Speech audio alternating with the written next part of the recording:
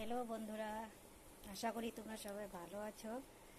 আজ আমি বানাবো চন্দনের শুটকি আর বেগুন আলু দিয়ে বানাবো। এখন আমি বেগুন আলুটাকে ভেজে নেব। দেখো, আলু বেগুনটাকে ভেজে নিয়েছি।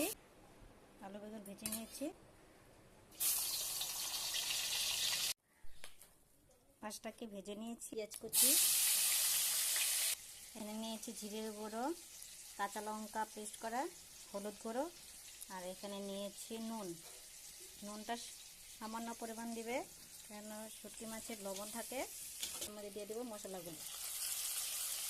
দেখো, মশলাটাকে কষিয়ে নিয়েছি, এর মধ্যে দিয়ে দেবো ভেজে রাখা আলু। এখন এর মধ্যে দিয়ে দিব মাছ। মশলাটা কষানো হয়ে গেছে, এর মধ্যে দিয়ে দিব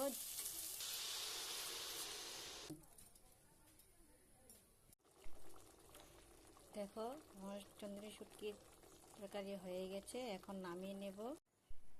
দেখো, আমি তরকারি নামিয়ে নিয়েছি। কেমন হয়েছে বলবে, লাইক করবে, শেয়ার করবে, কমেন্ট করবে।